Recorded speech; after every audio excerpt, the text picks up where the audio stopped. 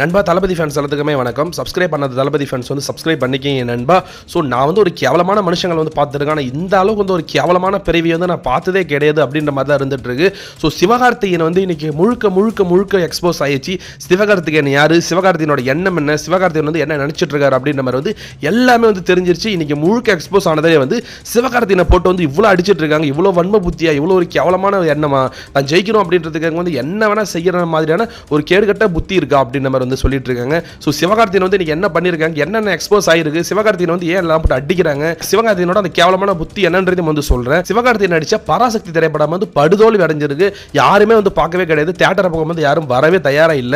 அது மட்டும் கிடையாது, ஜனநாயகன் படத்து கூட வந்து போட்டியா வரும் அப்படி இப்படின்னு வந்து விஜய் படத்தை வந்து ஒடுக்க நினைச்சது வந்து இந்த பராசக்தி திரைப்படம். நான் கூட நினைச்சிட்டு இருந்தேன் இது வந்து திமுக சதி அப்படின்னு நினைச்சிட்டு இருந்தேன். ஆனால் பாஜக சதி அப்படின்றது வந்து இப்போ நல்லா தெரியுது. ஏன்னா வந்து சிவகார்த்திகேயனோட அந்த பராசக்தி திரைப்படத்தை வந்து சர்டிபிகேட் வந்து கொடுத்துருக்காங்க. ஆனா நம்ம தளபதியோட ஜனநாயகன் படத்துக்கு வந்து சர்டிபிகேட் ஏன் கொடுக்கல அப்படின்ட்டு வந்து இப்போ வரைக்கும் வந்து எல்லாரும் வந்து ஃபீல் பண்ணிட்டு இருக்கும்போது வந்து பாஜக கூட வந்து அந்த சிவகார்த்திகேயன் வந்து ரொம்பவே க்ளோஸா இருக்காங்கன்றது தெரிஞ்சு போச்சு. அது மட்டும் கிடையாது, இன்னைக்கு வந்து டெல்லியில் நடந்த ஒரு பொங்கல் விழாவுக்கு வந்து சிவகார்த்திகேயனா இருக்கட்டும் பராசக்தி டீம் மொத்தமாவே வந்து போயிருக்கு. அங்க போயிட்டு வந்து மோடியை சந்திச்சு வந்து கை கொடுத்துருக்காங்க. இப்பல இருந்து தெரியுது இல்லைங்களா, சிவகார்த்திகேயன் வந்து பிஜேபி கூட வந்து ரொம்பவே க்ளோஸா இருக்கிறதால தான் வந்து பராசக்தி திரைப்படத்துக்கு வந்து சென்சார் சர்டிஃபிகேட் வந்து கொடுத்துருக்காங்க.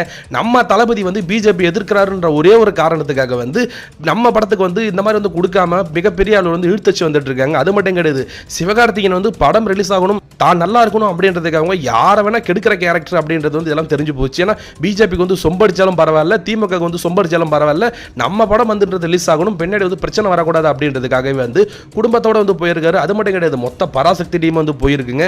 ஸோ இப்போ இதுல இருந்தே தெரியுது பராசக்தி திரைப்படம் அப்படின்றது வந்து ரெட் ஜெயண்ட், அதாவது வந்து திமுக சார்பில் வந்து எடுத்திருக்காங்க.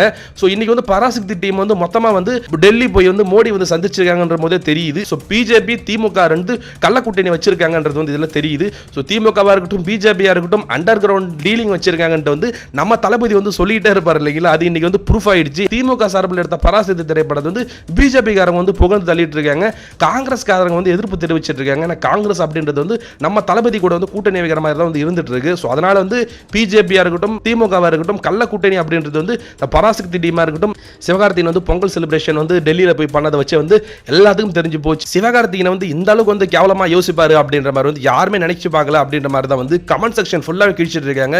நீ வந்து சங்கியா சிவகார்த்திகேயன், நீ இந்த மாதிரி ஒரு மனுஷனா இருப்பான்னு நினைச்சு கூட பார்க்கல, நீ கேவலமான ஆளுன்றது தெரியும், ஆனால் இவ்வளவு கேவலமா நீங்க நடந்துப்பீங்களா அப்படின்ற மாதிரிலாம் தெரியலையே அப்படின்ட்டு வந்து கமெண்ட் செக்ஷன் ஃபுல்லாவே வந்து நீ அடேன்னு அடிச்சிட்டு இருக்காங்க.